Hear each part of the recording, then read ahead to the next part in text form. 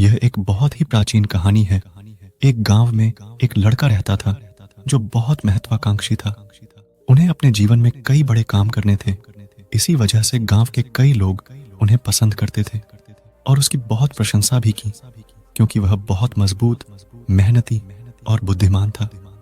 उसकी मेहनत और लगन देखकर सभी गांव वालों को यही लगा कि यह लड़का जरूर कुछ बड़ा करेगा। वह हमारे गांव की हालत सुधारेगा और हमारे गांव को आगे ले जाएगा। और उस लड़के को भी विश्वास था कि वह जो चाहे बन सकता है, इसलिए वह हमेशा पूरे आत्मविश्वास के साथ चलता था। उसकी आंखों में हमेशा उत्साह और आत्मविश्वास रहता था। और यह आत्मविश्वास यूं ही नहीं आया था, यूं कहें कि इसके पीछे कड़ी मेहनत थी। क्योंकि वह तलवारबाजी सीखने में घंटों बिताता था, इसलिए वह तलवारबाजी का कठिन अभ्यास करता था, जिसके कारण उसका शरीर बहुत मजबूत और शक्तिशाली हो गया था। ऐसे ही कई बार जब वह फेंसिंग करके घर लौट रहे होते थे, तो रास्ते में कई लड़कियां उन्हें देखकर मुस्कुराती थीं और बदले में वो भी उन्हें देखकर मुस्कुरा देते थे। यहां तक कि उनमें से एक लड़की उसे पसंद भी थी, लेकिन फिर भी उसने गाने के बोल पर ज्यादा ध्यान नहीं दिया। वह घर लौट आता और अपनी तलवार पर धार लगाना शुरू कर देता। फिर से तलवारबाजी का अभ्यास करता है और इस तरह वह रात में कई ऐसे काम करता है जो उसे एक अच्छा तलवारबाज बनाने में मदद करेगा। अब यह उसका नियम बन गया था। ऐसी ही एक अंधेरी रात में वह लालटेन जलाकर अपनी तलवार पर धार लगा रहा था। तभी अचानक उसे पीछे से धीमी आवाज सुनाई देने लगी। यह आवाज उसका नाम पुकार रही थी। जैसे ही लड़का यह आवाज सुनता है, वह तुरंत हमला करने के लिए तलवार लेकर खड़ा हो जाता है। जैसे ही वह पीछे मुड़ता है तो देखता है कि वहां कोई इंसान नहीं है, बल्कि कोई सफेद और लाल चीज हवा में उड़ रही है। यह सफेद और लाल रंग की उड़ने वाली चीज एक आत्मा है, जिसे आप भूत भी कह सकते हैं। यह आत्मा दिखने में बहुत अजीब थी, क्योंकि वह न तो महिला की तरह दिखती थी और न ही पुरुष की तरह, न खुश न उदास। वह बहुत ही अजीब सी भाव भंगिमा के साथ हवा में उड़ रही थी। जैसे ही वह उड़ती है, वह कहती है कि मैं वह आत्मा हूं जो मुझे दिखाती है। उस लड़के को यह बात समझ नहीं आई, लेकिन वह डरता नहीं है। अपनी तलवार उठाकर पूछता है कि तुम कौन हो और क्या चाहते हो। आत्मा ने कहा, मुझे किसी चीज की जरूरत नहीं है, मैं बस तुम्हें अपनी ताकत दिखाना चाहता हूं। मैं शो स्पिरिट हूं, मैं तुम्हें वह सब कुछ दिखा सकता हूं जो तुम देखना चाहते हो। आत्मा की यह बात सुनकर लड़का थोड़ा हैरान हो जाता है, लेकिन क्योंकि यह बहुत अजीब घटना थी, तो उसने उत्साहित होकर आत्मा से पूछा, क्या आप मुझे कुछ दिखा सकते हैं? तो आप मुझे इस दुनिया की सबसे महंगी तलवार दिखाइए, जो सोने और हीरे जवाहरातों से बनी है। यह सुनकर वह अपनी आत्मा को उड़ा देता है और एक छोटा सा बादल बनाता है, जिसके अंदर लड़के को वह चमकती हुई तलवार दिखाई देने लगती है, जो पूरी तरह से सोने की बनी हुई थी और उसमें हीरे जवाहरात जड़े हुए थे, जिससे एक योद्धा तलवार चलाने का अभ्यास कर रहा था। यह दृश्य कुछ देर तक चलता है और फिर गायब हो जाता है। लेकिन यह सब देखकर लड़का बहुत खुश हो जाता है और सोचता है कि यह वास्तव में बहुत मजेदार है और काम की आत्मा है। उसके मन में एक और विचार आता है जो किसी भी युवा लड़के के मन में आता है। वह मुस्कुराता है और कहता है, अब तुम एक काम करो, मुझे इस दुनिया की सबसे खूबसूरत लड़की दिखाओ। जैसे ही वह यह कहता है, उसके सामने एक बादल बन जाता है, जिसके अंदर एक बेहद खूबसूरत लड़की दिखाई देती है। उतना ही खूबसूरत जितना उसने आज तक सपनों में देखा है। उस लड़की के काले लंबे बाल और गहरी नीली आंखें, सुंदर चेहरा और बेहद आकर्षक तस्वीर है। यह देखकर जवान लड़का दंग रह जाता है, या यूं कहें कि उसकी आंखें खुली की खुली रह जाती हैं। वह अगले कुछ मिनटों तक उस लड़के को देखता रहता है। फिर अचानक वह तस्वीर और वह बादल उसकी आंखों के सामने से गायब हो जाते हैं, जिससे उस लड़के को बहुत बुरा लगता है। थोड़ी देर बाद लड़के को होश आता है। वह उस आत्मा से कहता है कि तुम एक काम करो, तुम मुझे दुनिया का सबसे ताकतवर योद्धा दिखाओ। यह सुनकर वह आत्मा फिर से एक बादल बन जाती है, जिस पर एक बहुत शक्तिशाली योद्धा का चित्र था। वह बहुत लंबा, चौड़ा, शक्तिशाली और खतरनाक लग रहा था, जो एक एक करके सभी अन्य योद्धाओं को मार रहा था। वह लड़का उस योद्धा की ताकत और तलवारबाजी से बहुत प्रभावित होता है और मन में सोचता है कि एक दिन मैं भी उसके जैसा योद्धा बनूंगा। अब ये सब चीजें देखने के बाद लड़का उस आत्मा से कहता है, बहुत हो गया, मैंने बहुत कुछ देखा है, अब आप यहां से जा सकते हैं। इतना कहने के बाद लड़का वापस अपनी तलवार की धार तेज करने में लग जाता है और अपने काम पर वापस चला जाता है। और आत्मा लड़के की बात के जवाब में बोलती है, ठीक है, अब अगर तुम्हें कुछ नहीं देखना है तो मैं तुम्हारा घर छोड़ रहा हूं, लेकिन अगर तुम्हें कभी कुछ देखने का मन हो तो पीछे जंगल में आ जाना। मैं तुम्हें वहां वो सारी चीजें दिखाऊंगा जो तुम देखना चाहोगे। आत्मा की इस बात पर वह नवयुवक बालक अधिक ध्यान नहीं देता और अपनी तलवार की धार तेज करने में ही लगा रहता है। अब जैसे जैसे हफ्ते बीतते जाते हैं, समय समय पर लड़के को वो सारी बातें याद आती रहती हैं कि उसने देखा था।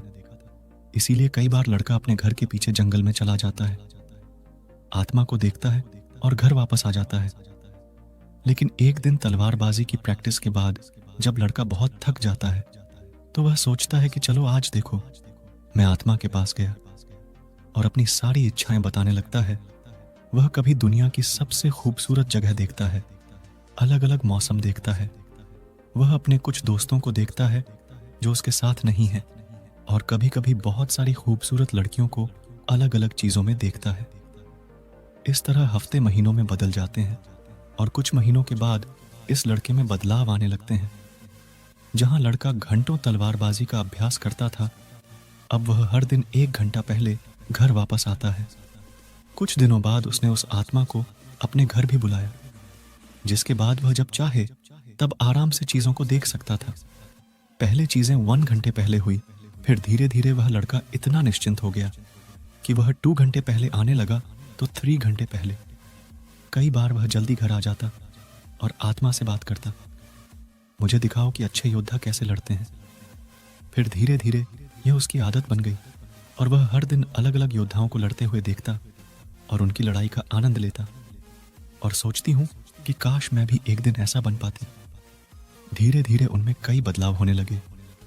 अब जब वह तलवारबाजी का अभ्यास करने के बाद घर लौटता था और लड़कियां उसकी ओर हाथ हिलाती थीं, अब वह उनकी ओर देखता भी नहीं था। वह उन्हें पूरी तरह से अनदेखा कर देता था, क्योंकि अब उसने बहुत सारी खूबसूरत लड़कियां देखी थीं कि वह भी सोचने लगा था कि काश उसे भी एक दिन उनके जैसी लड़की मिल जाए, और जिस दिन उसे ऐसी लड़की मिल जाएगी तो वह उससे ही शादी करेगा और वह उसके साथ वही रहेगा जिसके वह हकदार है। कई बार वह आत्मा से कहता है कि उस समय दुनिया में जो लड़ाई चल रही थी उसे दिखाओ। वह उन्हें देखेगा और उनमें से एक को अपने नायक के रूप में चुनेगा। वह उसके लिए तालियां बजाता था और खुश होता था, और अगर उसका हीरो हार जाता था तो उसे उसके लिए दुख भी होता था। उसके बाद मैं किसी और को उसका हीरो बना देता हूं और उसकी लड़ाई देखता हूं और उसका हौसला बढ़ाता हूं। अब उसे यह सब करने में बहुत मजा आने लगा। उन्हें इसमें इतना आनंद आने लगा कि अब उन्होंने तलवारबाजी का अभ्यास करने का समय बहुत कम कर दिया है। अब वह कभी कभी अपने घर आता और अपनी तलवार पर धार लगाता, और कुछ महीनों के बाद उसने धीरे धीरे अपनी तलवार पर धार लगाना छोड़ दिया। कई वर्ष बीत गए और उसकी तलवार वैसे ही पड़ी रही, और धीरे धीरे इसमें जंग लगना शुरू हो गया। लेकिन उसे इससे कोई फर्क नहीं पड़ता था, क्योंकि वह आनंद ले रहा था। वह जब चाहे कुछ भी देख सकता था और खुश हो सकता था, क्योंकि जैसे जैसे समय बीतता गया ऐसा नहीं था कि यह सिर्फ मनोरंजन था। अब धीरे धीरे उसे अन्य महान योद्धाओं से ईर्ष्या होने लगी, क्योंकि वह उन्हें देखता है और स्वयं को देखता है। उसे बहुत दुहक होगा, क्योंकि वह बहुत कमजोर हो गया था, जबकि अन्य लोग बहुत शक्तिशाली थे। एक समय के बाद उसे लगने लगा कि वह कभी महान योद्धा नहीं बन सकता, और जो बन रहे हैं वो उससे अलग हैं। उनमें कुछ खास है। उनके पास बहुत सी ऐसी चीजें हैं जो उनके पास नहीं है, इसलिए वो कभी अच्छे योद्धा नहीं बन पाएंगे। इसीलिए अब तक जिन लोगों को वो अपना हीरो मानते थे उनसे वो ईर्ष्या करने लगे। उन्हें गालियां देने लगा और उनमें गलतियां निकालने लगा। अगर वह कभी दौड़ने भी जाता तो अच्छे से नहीं दौड़ पाता। उसका शरीर बहुत भारी हो गया था और उसकी तलवार और ढाल का वजन भी भारी लगने लगा था। उनकी चपलता और तलवारबाजी कौशल भी कम होने लगे थे। ऐसे ही कुछ साल और बीत गए और लड़के ने अपने बड़े सपने देखना छोड़ दिया। अब वह योद्धा नहीं बनना चाहता था। अब वह उस आत्मा की मदद से बार बार कोई युद्ध देखता है और उनसे लड़ने की कोशिश करे। भले ही उसकी उम्र 30 वर्ष से अधिक हो, वह अकेला है, अपने जीवन से परेशान है, लक्ष्यहीन है और उसके जीवन में कुछ भी अच्छा नहीं है। एक रात वह अपने कमरे में बैठा हुआ था और जैसे ही रात के 12 o'clock बजे, कोने में बैठी आत्मा अचानक जोर जोर से हंसने लगी। उस आदमी ने उसे देखा और चौंक गया। पिछले 10 सालों में आज तक आत्मा ने अपनी कोई भी भावना व्यक्त नहीं की थी। वह बस एक गुलाम की तरह चुपचाप उसकी हर बात मान रही थी, लेकिन आज वह हंस रही थी और आज 10 साल बाद उसने कुछ ऐसा कहा जिसे सुनकर वह आदमी एकदम सन्न रह गया। आत्मा ने कहा, अब मेरा यहाँ का काम समाप्त हो गया, मेरा उद्देश्य पूरा हो गया। डरते हुए उस आदमी ने पूछा, आप क्या कह रहे हैं? यह सुनकर आत्मा फिर जोर जोर से हंसने लगी और कहा कि अब मुझे वो राज जरूर बताना चाहिए जो मैंने पिछले 10 साल से तुमसे छिपा कर रखा था। असल में मैं एक शैतान हूं और इस दुनिया में सभी बुराइयों की जड़ हूं। एक राक्षस आज रात इस गांव पर हमला करेगा और भविष्यवाणी में कहा गया है कि आपका जन्म उस राक्षस को नष्ट करने के लिए हुआ है। आप इस दुनिया के सबसे महान योद्धाओं में से एक बन सकते थे। आप वह योद्धा थे जिसने हमारी बुराइयों को नष्ट कर दिया, लेकिन अब बहुत देर हो चुकी है। आप कुछ नहीं कर सकते। अब हम इस गांव में भयानक विनाश करेंगे और सभी अच्छी आत्माओं को अपने साथ ले जाएंगे। यह सब सुनकर उस आदमी के होश उड़ जाते हैं, लेकिन फिर भी वह हैरान होकर पूछता है कि तुमने 10 साल तक इंतजार क्यों किया? तुम मुझे 10 साल पहले भी मार सकते थे।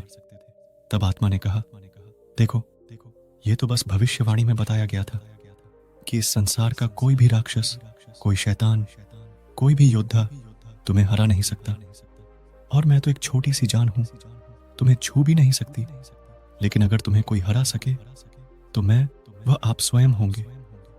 इसीलिए मैंने तुमसे लड़ने के बजाय धीरे धीरे तुम्हें जहर दे दिया, तुम्हें ऐसी ऐसी कल्पनाएं दिखाई, तुम्हारे साथ ऐसे ऐसे काम किए जिससे तुम अपने लक्ष्य से भटक गए और धीरे धीरे कमजोर हो गए। आज तुम इतने कमजोर आदमी हो गए हो कि न तो अपनी रक्षा कर सकते हो और न ही इस गांव की। यह सुनकर उस आदमी का दिमाग पूरी तरह से हिल गया। उसे एक बड़ा झटका लगा और उसके पेट में दर्द होने लगा। उसे इतना दर्द हुआ कि वह जमीन पर गिर पड़ा और धीरे धीरे दर्द से कराहते हुए बोला, क्या मैं उन खूबसूरत लड़कियों को एक बार फिर से देख सकता हूं? इस पर बुरी आत्मा ने हंसते हुए कहा, हाँ, हमेशा, लेकिन सपने में। दोस्तों, यह कहानी हमारे आज के समय पर भी बिल्कुल फिट बैठती है। और अब तो आप समझ ही गए होंगे कि आज के समय में हमारे लिए वो शैतान कौन है। Internet, social media, porn, drugs और ऐसी कई लतें जो आज की पीढ़ी को लगातार कमजोर और उद्देश्यहीन बनाती जा रही है।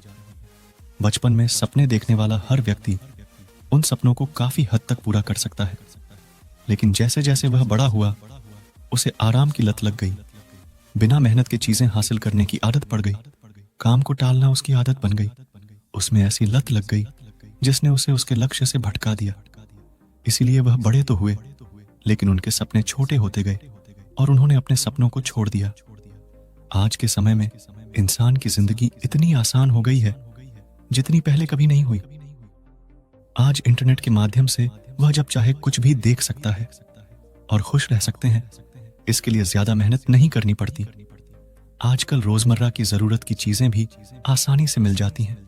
इसके लिए पहले व्यक्ति को काफी शारीरिक मेहनत करनी पड़ती थी।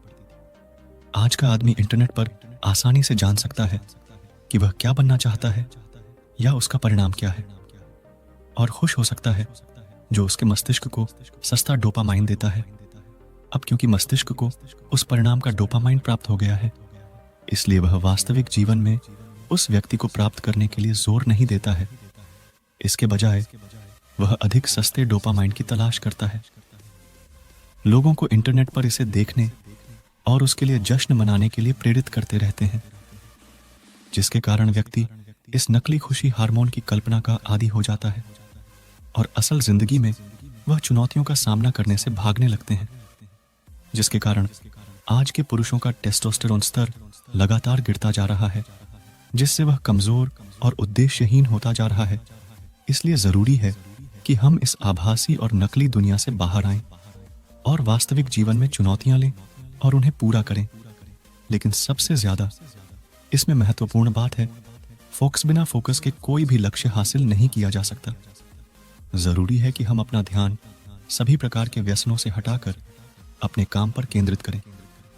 लेकिन आज की दुनिया में इंटरनेट के भटकाव के बिना रहना लगभग नामुमकिन है।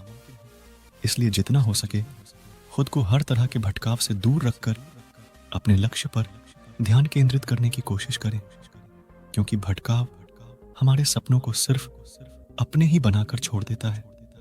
दोस्तों, मुझे उम्मीद है कि आपको इस पोस्ट से कुछ सीखने को मिला होगा, और पोस्ट में इतने तक बने रहने के लिए आप सभी को बहुत बहुत धन्यवाद।